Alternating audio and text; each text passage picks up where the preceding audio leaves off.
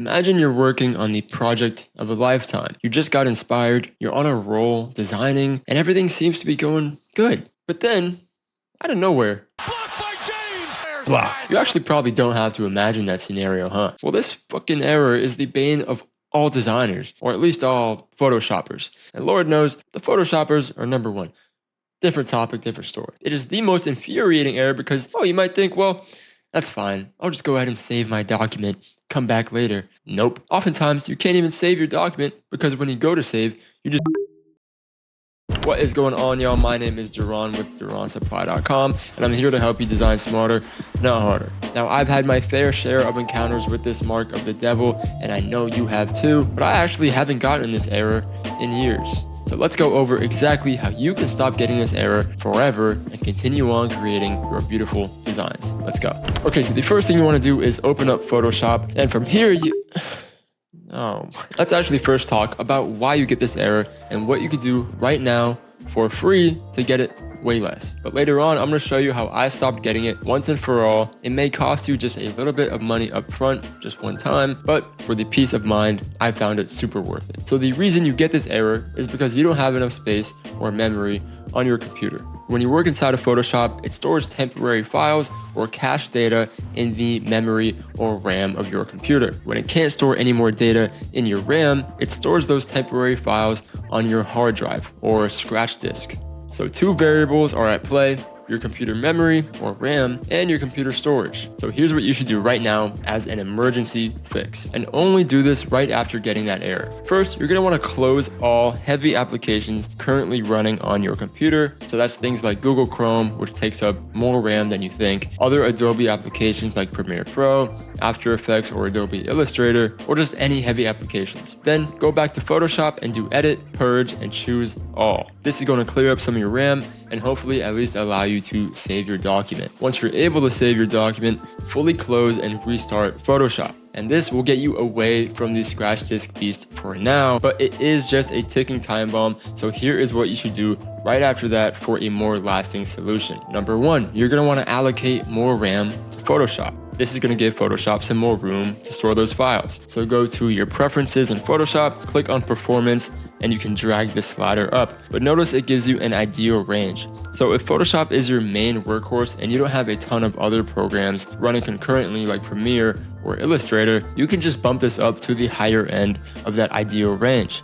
Now, Photoshop is not the only program that takes up space in your RAM, so keep that in mind. It's good practice to at least keep note of what other programs you have running that require a lot of RAM. So any other Adobe applications, especially things like Google Chrome. Google Chrome just fucking eats up your RAM, dude. So if you can, I would close out of all those other programs when working in Photoshop, or at least keep it minimal, like don't have a billion tabs open in Google Chrome, which is advice I should probably take myself, but whatever. You can also optimize how Photoshop stores these temporary files based on the kind of work that you do. So since I work in larger documents for merge design, I optimize for huge pixel dimensions. For general use, you could just click on photos, or if you work in smaller documents but use a lot of layers, you could choose web/UI design. And after you make these changes, be sure to restart Photoshop to apply them. Now, even after doing all this, you still might burn through all of your RAM, especially if you don't have that much. So I recommend that you also make sure that you have a decent amount of space left on your hard drive. I would say keep at least 15% of your hard drive storage capacity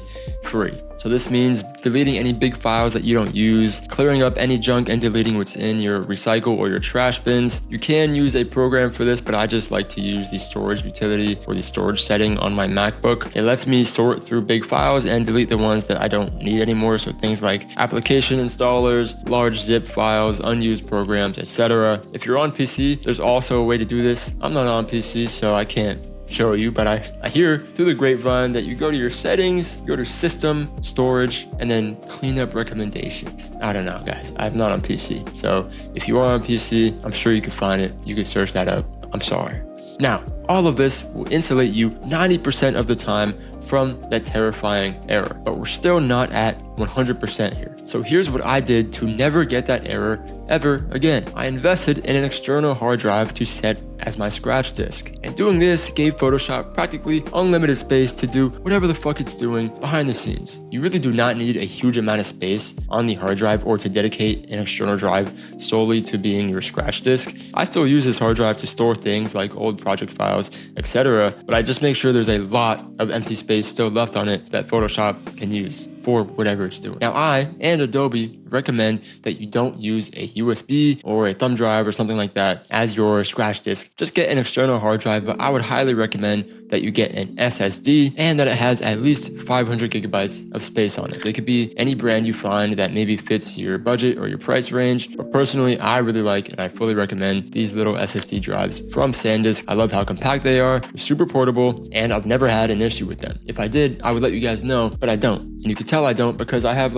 I can't show them to you right now because they're connected, but I have literally 4 of these and they're connected to my computer at all times. That's how much I love them. I also just have no space on my computer and I need a lot of space. That's why I have so many, but these things, man, they saved my life. I also have a little pocket sleeve from Amazon. I can't show you because I'm on my MacBook, but it's adhered to the back of my MacBook, and I kind of just tuck the external hard drive in there, and that just makes it really not unwieldy, and it's super easy to travel around with or just move around with. Now, once you get one of these, you want to make sure that you format it correctly so that Photoshop can read it as a scratch disk. Here are the supported formats for scratch disks based on your OS. Please do not make this mistake and do not put anything on that hard drive until you format it. Because when you format a drive, it wipes that drive completely. So format it before anything else. To format it on Mac, I believe you can use this thing called Disk Utility, and you want to format this as Mac OS Extended, which is what I did. And on PC, you use whatever disk thing you got. I think it's called Disk Management, and then you format it as whichever ones I previously listed for PC. Then in your Photoshop preferences, go to Scratch Disks. If you formatted it correctly, you're going to see it in that list. Check on that external drive and put it first on the list. And voila, you are free from the shackles of the scratch disks. Like I said, ever since I did that, I've been living life. Haven't got that error since. So you do that. Let me know if it helps you. If it does help you, or you think it'll help you, or you just want to preemptively do this, click on the like button for this video. Click on the subscribe button. You do want to subscribe to the channel because I post videos like this all the time to help designers just like you. And while you're clicking down there, go ahead and check out duransupply.com. I've got a ton of really cool design resources for you to speed up your workflow. And I also have a ton of free stuff. So just check it out. It can't hurt. Thank you for watching. I'm going to miss y'all. I'll see y'all in the next one. Peace out.